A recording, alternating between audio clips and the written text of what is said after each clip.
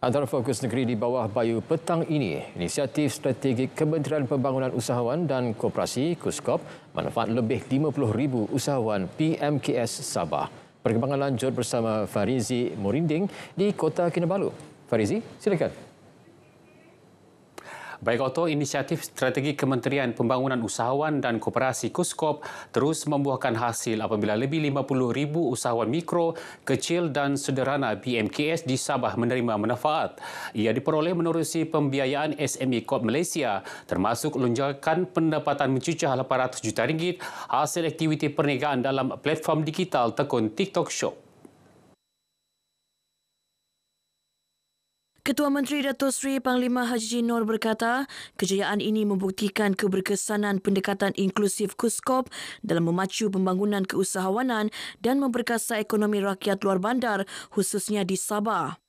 Usaha bersepadu kerajaan negeri dan persekutuan adalah kunci dalam menangani isu kemiskinan tegar serta memajukan masyarakat luar bandar.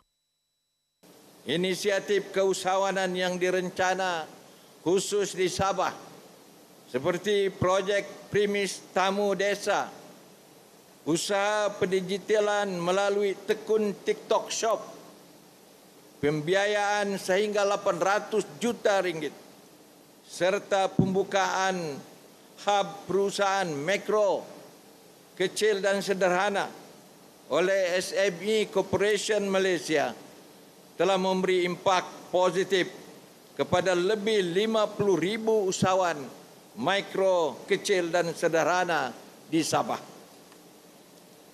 Selain itu, inisiatif Ehsan KUSKOP merupakan ikhtiar yang sangat wajar.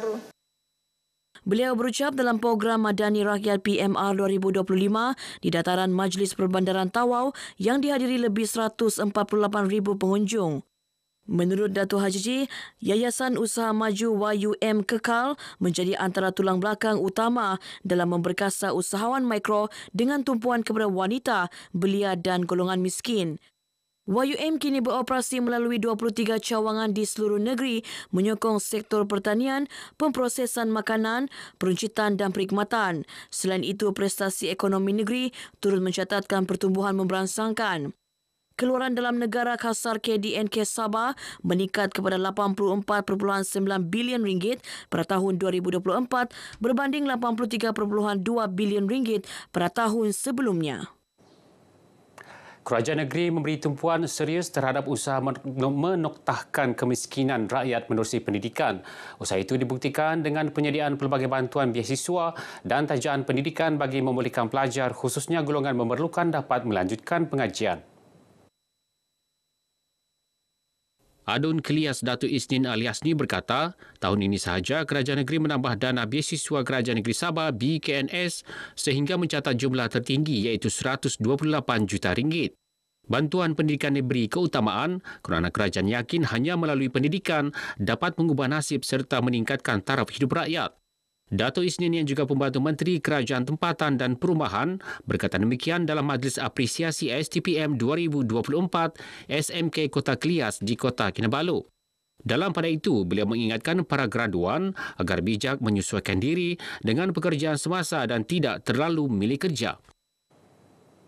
Kementerian Pendidikan Tinggi KPT mengalu-alukan institusi awam dan swasta mengadakan karnival pendidikan kemahiran dan kerjaya. Langkah itu bagi meningkatkan kadar kebelih pasaran graduan dalam negara. Timbalan Menteri Pendidikan Tinggi Datuk Mustafa Sakmud menyatakan program berkenaan juga berupaya membuka lebih banyak peluang kepada belia tempatan dan memperkukuh kerjasama akademik industri di rantau ini.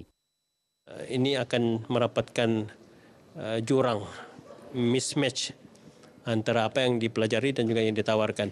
Dan kita harap ini akan memberi pendedahan kepada pelajar-pelajar kita supaya memilih kursus yang terbaik yang diperlukan oleh industri dan juga menepati kelayakan mereka.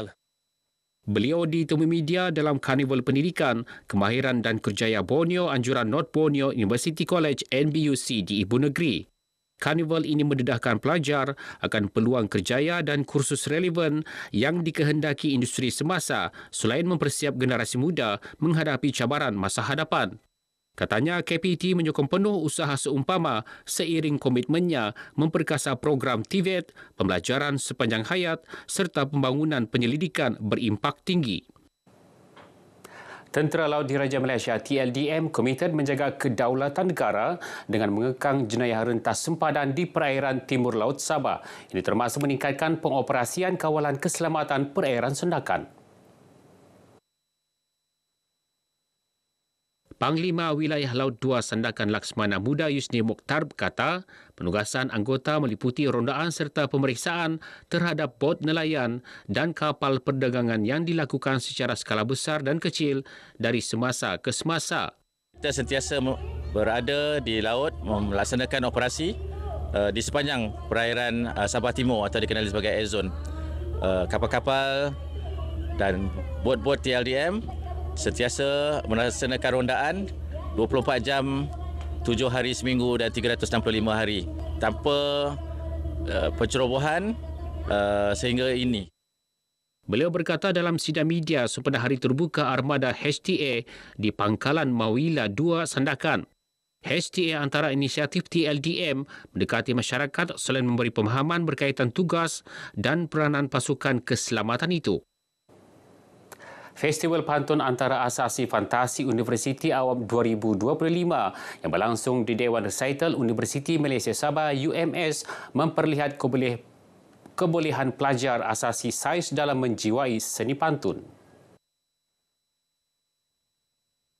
Acara itu juga memberi ruang kepada pelajar menyelami keindahan bahasa dan kebijaksanaan masyarakat Melayu dalam berpantun termasuklah budaya etnik tempatan di Sabah. Naib Chancellor UMS Profesor Datuk Dr. Kasim Mansur berkata, pantun bukan sekadar alat komunikasi tetapi medium seni yang kaya dengan nilai-nilai murni, falsafah hidup dan pengajaran berharga. Beliau berharap fantasi akan terus menjadi landasan menggalakkan lebih banyak acara kebudayaan yang memberi peluang kepada pelajar mengembangkan potensi diri dalam seni budaya. UMS komited menyokong pembangunan kreativiti pelajar dan usaha memperkasa warisan seni budaya negara. Sekian perkongsian dari Sabah untuk petang ini. Untuk lebih banyak perkembangan semasa teruskan bersama Otto. Dari sungai hingga segara, Palestin pasti merdeka. Otto. Baik, terima kasih Farizi langsung dari Sabah.